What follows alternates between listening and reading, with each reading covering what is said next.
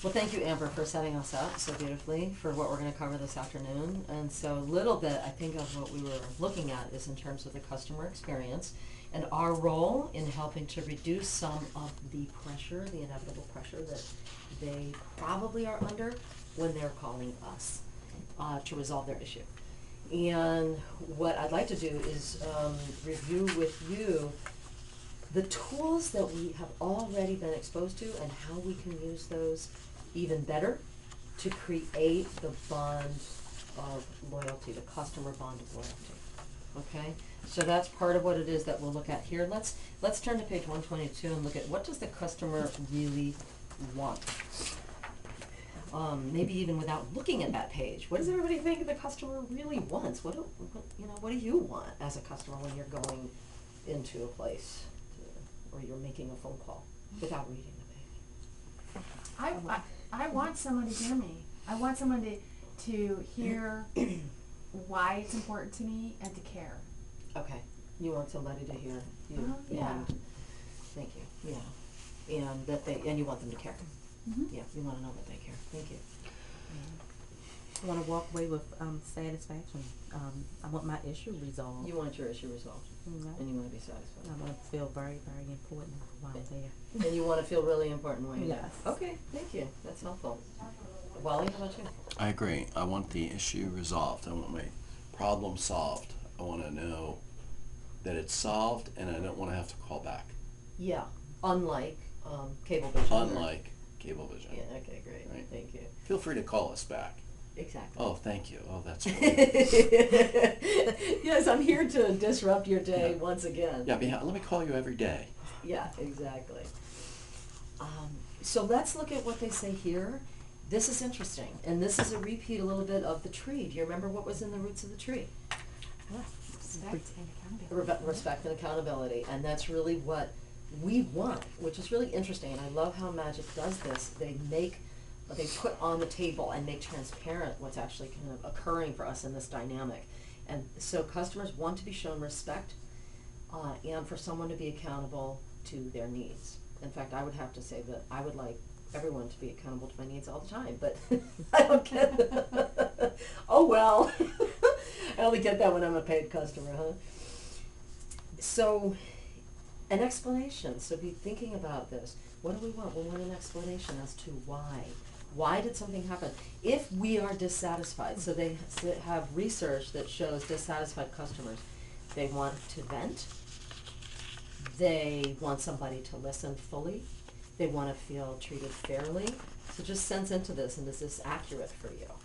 And they do want an apology, but they want it in a Magic way. What is a Magic apology? Anybody remember what we've talked about a little bit? Or we haven't quite talked about it. We Oh. talk about magic apologies. Okay, fine. Then why don't I get to that in a couple of minutes? And think for yourself. Assurance. We want assurance that our concerns will be addressed, just like you were saying, and we want somebody to be proactive, and we want courteous treatment. We want, basically that's what stabilizes and feeds the roots of the tree. All right. So take a look at 123. Does anybody have anything? I mean, do you agree with what's being said here, or anybody have anything contrary? I agree. Okay. Okay. So the value of complaints. We talked a little bit about that, but they do say that just listening to a complaint increases our ability to keep that customer. Mm-hmm. And Amber had given some information about how many people actually complain, which is really not very many, but when we actually go to the trouble to complain, we actually can keep that customer, which is good news. And those who complain are more likely to continue doing business. 95% of our customers will do business with us again if we resolve the problem quickly and fairly. And in fact, I did something recently, and I actually overcharged a customer for something, and they complained, and I didn't even realize it, and I left the premises. I said, "Oh, really?" I was a little bit clueless, And as soon as I got back to my home and I reviewed like the emails and the contracts and things like that, and I wrote immediately and I called immediately and I just wrote in the RE line, "You're right." And you know, I did overcharge you, and then I offered to give an entire free service, you know, within the next couple of weeks if they would accept that from me. So they were like, yeah. But she was distressed and concerned. So I was really, really glad she complained, because if she hadn't, I wouldn't have had the opportunity to re-engage. She could have just floated away. Mm-hmm. You know. Exactly. And do you remember what these,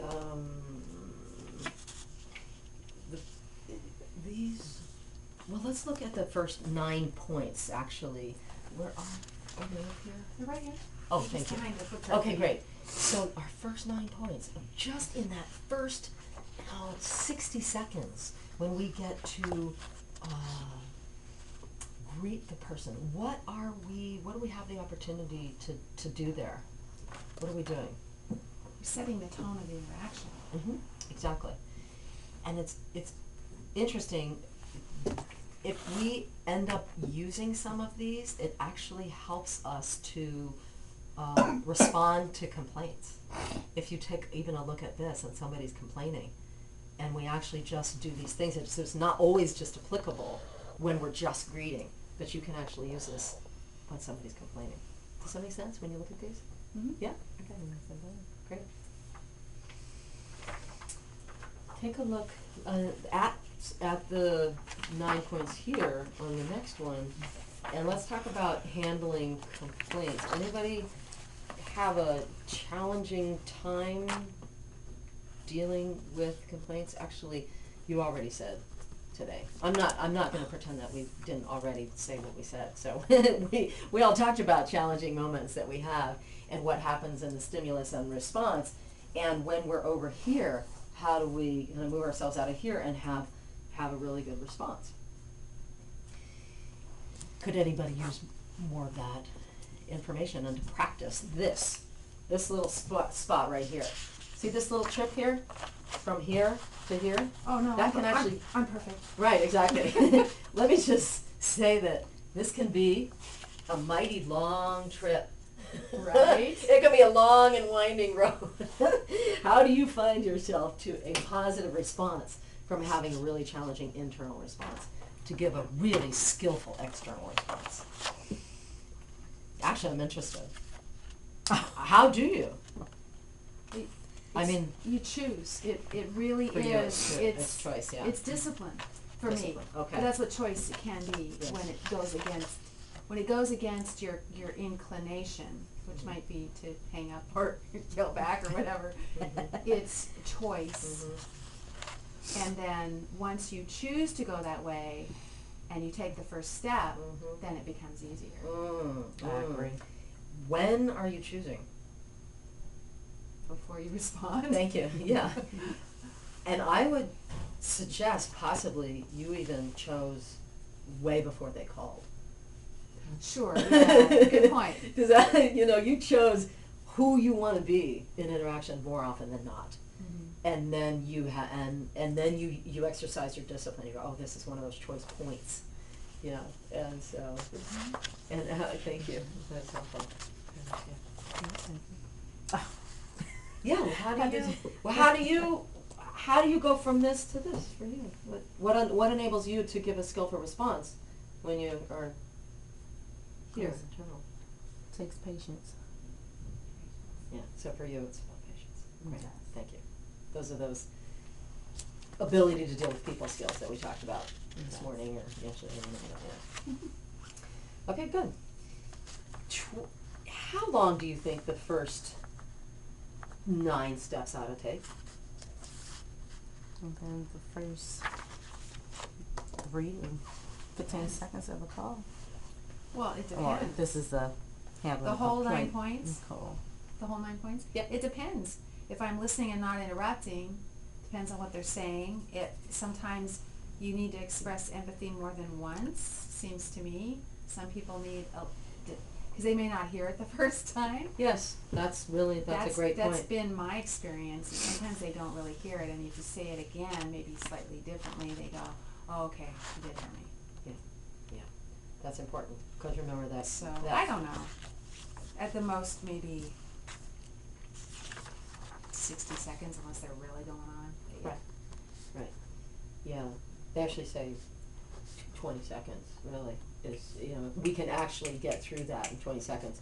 And what you say is very important, because like that credit rating fellow in India, I was up here, I was woo, all nervous, and he was doing all the right stuff. He was just really wonderful. He basically did all of this, and I couldn't hear him, and it took me a little while, so. So he had and to then just repeat calmly- that empathy over and over He again. did. He had to repeat the empathy, which I think is really interesting. Yeah. So, and then, let me see, what's the most important thing that I want to share with you here? Anything that you had as an aha as we were going through recordings earlier that struck you, that made you want to make sure to nail that down? Anything in our calls, and as we were going through the whole feedback experience? Just for those first 9 points? Yes, just for the first 9 points, because we're going to go into more points shortly, and I just want to make sure those are really laid in very clearly. And I know that a couple of us were saying, about the empathy thing, about, can you express it, is it possible to express it through tone without expressing it through words, right? So we had a little bit of unclarity in here, and I just want to be sure to clean up any of that at this stage. Anybody have any ahas or anything else you want to make sure to nail down with regard to handling complaints, specifically handling complaints, and how you might, what you would want to be sure to be really excellent at, to be grounded in, for yourself. Are you asking us to share? Mm-hmm, if you're, Okay, I wasn't clear. no, I think I wasn't clear. I think for me, it's to remember to ask permission to gain more information before I start asking questions. Mm-hmm. It's to ask. Yeah, I the actually expressing empathy Mm-hmm. is not that difficult a skill for me, but remembering to ask for permission is, Right. or has been. Yeah, that's great. Brenda, do you have a thought about that? No, I agree with Amber.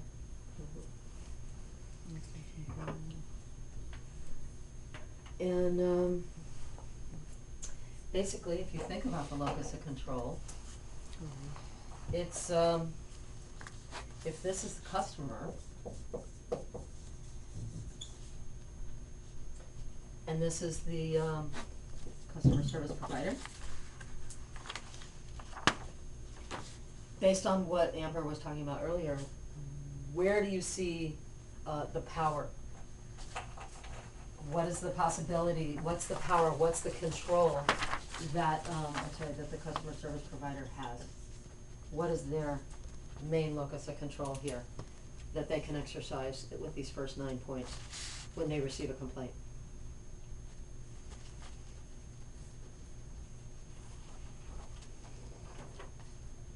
And you can refer to the question, you can refer to page 122, because remember, what does the customer really want?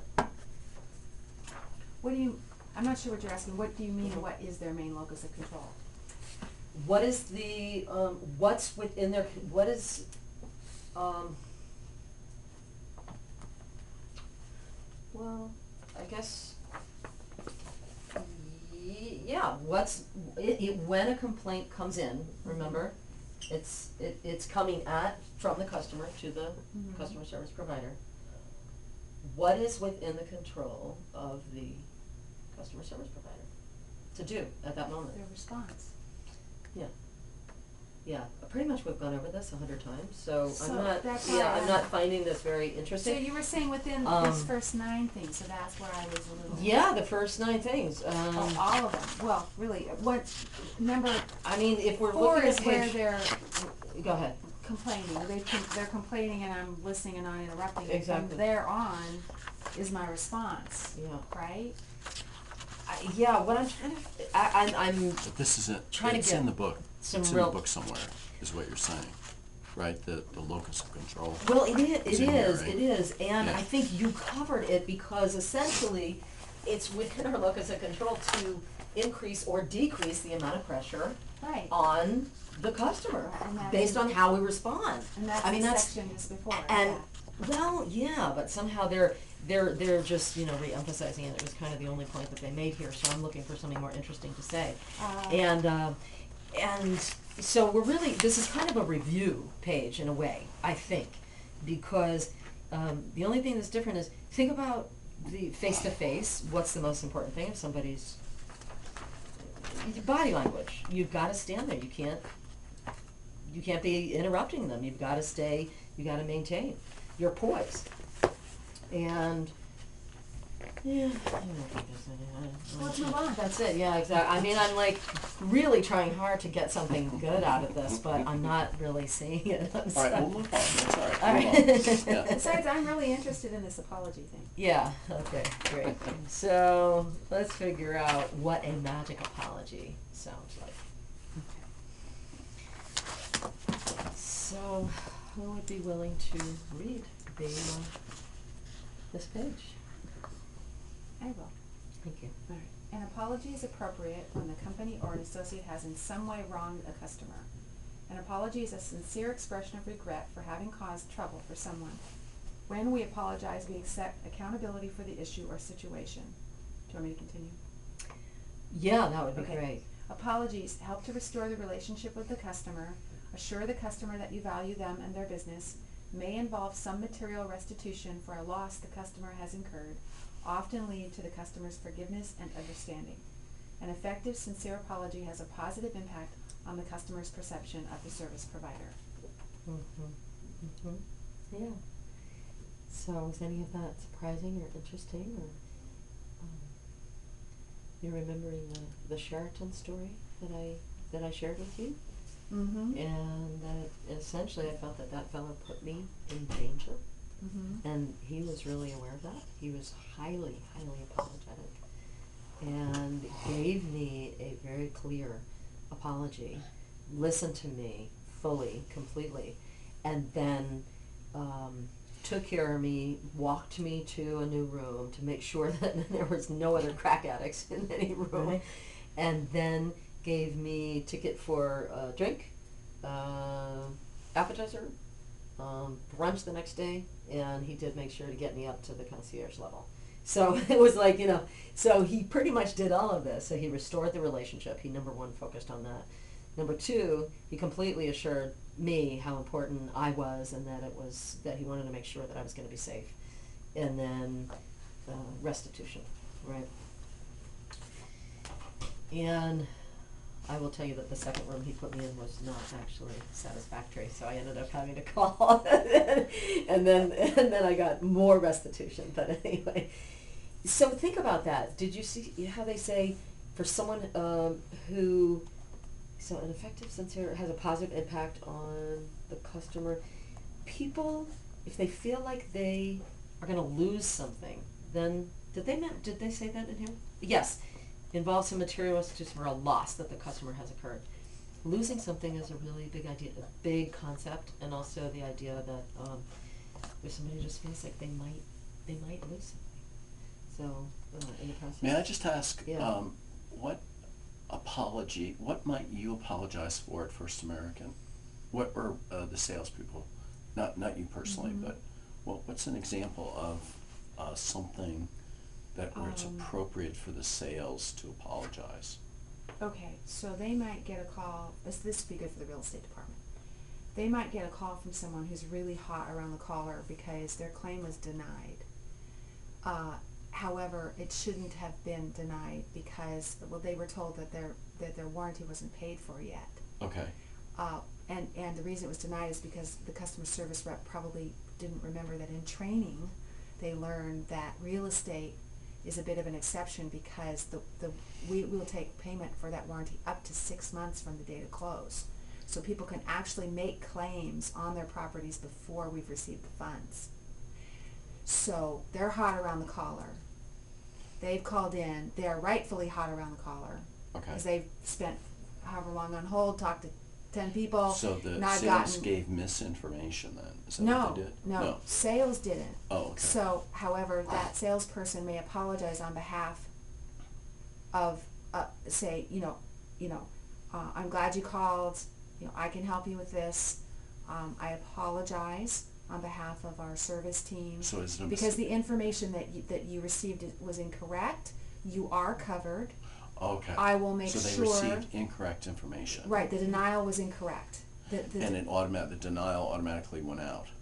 Or does it go out No, it doesn't go out automatically, or automatically. A human being Human being made the a decision mistake? and made a mistake. I So gotcha. they made Okay. a mistake. So they didn't actually make the mistake, but they're apologizing on behalf of the company for making that mistake. Yes. I gotcha. Yes. Okay. So that will happen, and I think that's a valid to say. Okay. I'm not sure. We don't have to make any excuses. Just say, you know what, you are covered.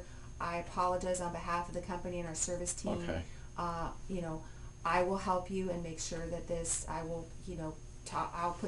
Can I put you on hold? I'll call the supervisor over there. Talk to them. We'll make sure that you get this covered. And Okay. then it becomes a training issue. So we may even say, thank you for bringing this to our attention. Maybe we need to talk to the service trainers and make sure they understand this Okay. about your type of contract or Okay. whatever. So we can go from apologizing to, depending on their level of upsetness, promise to do something for the future to help keep Okay. this from happening again. So yeah, Um, that would be something that could be apologized for. Okay. Or if someone was given incorrect information in sales, and we go back, this will happen. We'll go back. We'll put them on hold, or we'll say, we need to. And you go back and look and We need to find go it. back and get that recording, listen to that call. Oh. I'm going to do that now. And you could do that while they're on hold? No, we'll say, Oh. in that case, I would say, I'm going to need to take a little bit of Oh. time. I'll call you back in 2 hours. Does that work for you? Okay. And You research it, you find it's a research it, mistake, find it. and then you call them and Yeah. apologize. Okay, yeah, that happens. okay. All right, thank you for letting me absolutely. ask that. And it reminds me of hundreds of thousands of people not being able to get on a health website right now in America. And also thousands of people having had their insurance canceled wrongly because of Obama. And so Obama now has had to stand forward and do what? Did you hear his Apologize. apology, by the way? Yes. Oh, did was you it hear? Yeah, And did you find it magic or I was tragic? gonna ask you. Oh. I didn't hear gonna it. ask the I girls. kind You of didn't hear prefer it? to. I kind of I prefer hate to it, not be on this particular topic because it has political hot buttons. Uh-huh, yeah, sure. Yeah. So can I ask that we use a different example? Uh-huh, yeah. Thank you. Yeah. Oh, okay. Yeah. I just Oh, don't. I don't want to get into it. I Yeah. kind Oh, of prefer okay. to just push All right. take that off. the Do you side. ever have a concern that as somebody's taking responsibility for the organization that you're actually revealing a weakness of the organization? Is that ever a concern that you have? Some people do, so I'm just asking Yeah. if you. Are you asking me like as a participant or? As a member of the organization and as a person responsible for the No, because customer service, you think it's a good thing, yeah. You well, don't think so. yeah, all organizations have weaknesses. I There you go. personally feel that it's just like feedback. It's beneficial. That's great, that's great. And not everybody always feels that way, and that may be something in the way for people wanting to offer an apology because they get scared they'll reveal a weakness of the organization. And guess what? People already know there's a problem. So they're not hiding anything from anybody by not giving an apology. Let's turn the page and look at a tragic versus a magic apology. And a tragic apology, no surprise, right? Lacks sincerity, tends to be vague, and does not assume appropriate accountability. For instance, I'm sorry that you're upset about the delivery being late, or I'm sorry that you feel that way, right? And just like the woman this morning in the, I don't remember her name, but that woman with Scott, Duncan Scott, Yeah. she was quite tragic. I'm sorry, but Yeah, exactly. Things just happen that way. Exactly. Whereas a magic apology, sincere, specific, communicates regret for how the situation has affected the customer. And so yesterday, Amber, you had talked about impact. That was a big aha for you around impact to the customer. And that's what really communicates sincerity with people. Assuming appropriate accountability, so sounding something like, I want to apologize on behalf of the shipping team, Adam. I know that late delivery has upset you, right? And can you start to hear the difference here? And can somebody else say the other one?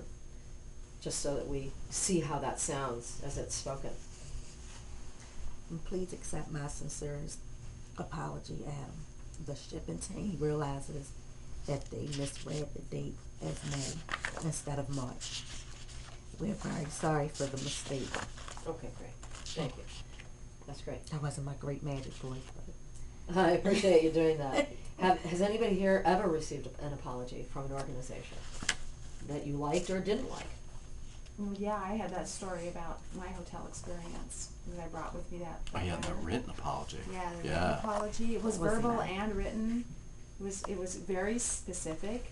It had these components. It was very specific for a very specific case, and it also mentioned the impact that it had on me, and it did all of those things. So it was pretty awesome. Okay, so it really worked for you.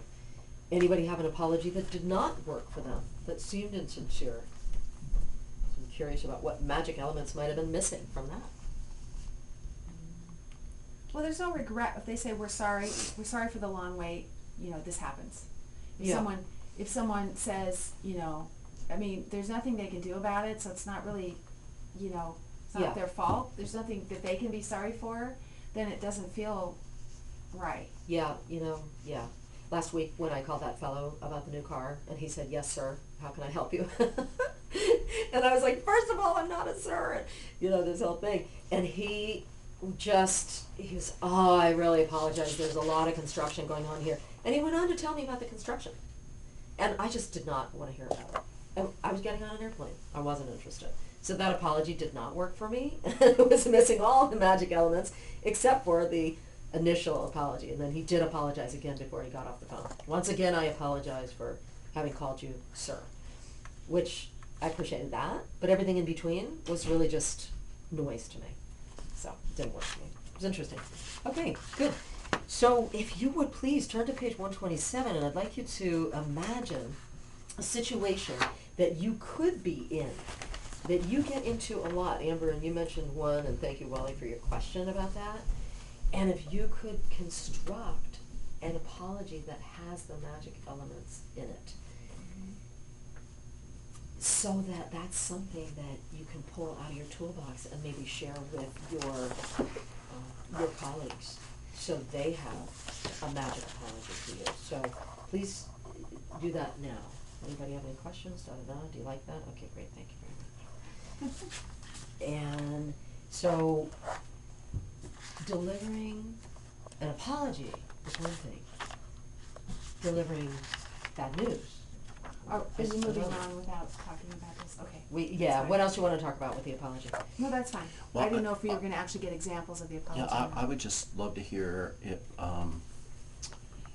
Vernell, do you have one? Because it'd be useful for me to hear an That's example. great. What do you guys have to apologize for? What's appropriate for you to apologize for? For their payments being applied to someone else's account. Oh, okay. Yeah. Oh, boy. Talking about money. you Okay. always- Or That's a big one. I could see that. or Okay. double charging their credit cards. Okay. They might process their credit cards a couple of different times. Our system sometimes freezes up, and the representative will go back in and process that credit card again Oh, because they don't know if the first one instead went of through. checking. You can check. They just don't take the They time don't to. take the time to Those check. credit card so- errors, man. Wow. Yes. Okay. Wow. That's So do you have a spontaneous apology that would work for that you could share with other colleagues, or that you've used in the past that's been effective? I can completely understand your frustration when I'm being upset. Or I sincerely apologize for any inconveniences that may have caused you. I can correct this. And I'll ask them, well, do you mind holding for one moment? Oh, that is beautiful. Or I can research. Yeah. I get that a lot. Right. How'd that feel, everybody, hearing that? If you were on the other end and you were that person, how would that be for you? Well, it would feel good because it's immediate. I can correct this. I apologize. I can correct this. We Yeah. were wrong and we made a mistake, and there's no excuses. That's right. Usually, and that's what I heard you say in your story That's is right. all the excuses for.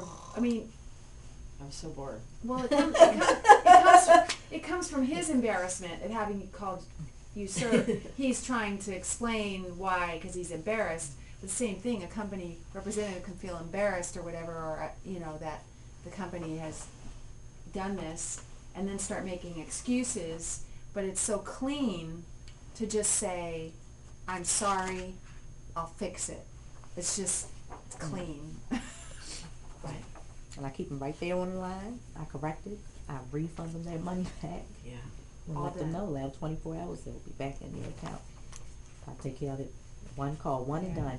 that's my great. motto. Yeah. Last time something like that happened to me, they not only refunded my money right away, they also gave me, it was a membership thing where they had double charged me accidentally. They gave me a free year. So Oh. they refunded my money and then gave me a free. Make another mistake, please. Yeah, Yeah. right? Yeah. Yeah, we love that, actually. Yeah. And I would say in my experience, ones that are worst at giving sincere apologies happen to be teenagers. I'm sorry, but Oh. because they make so many excuses. At least in my experience. Yeah, anybody else have that experience? Teenagers? Oh, No? I don't mean it in Just companies, but everybody, yeah. yeah, Yeah. yeah, a lot of adults that behave like teenagers. yeah. Yeah, I guess so. Yeah. All right, my teenager. I'll be honest. My teenager does that. My s- favorite comic is Zitz. Uh-huh. It's Yeah. my favorite comic Yeah. of all time. So apology is one thing, delivering bad news is another. And some of you have talked about how do we deliver bad news. So please go ahead and join me on page 128. And you'll see the importance of being able to deliver this bad news in a very clean way. So I will read this. Bad news is an answer. It's an issue or situation that you anticipate may create a negative emotional reaction from the customer.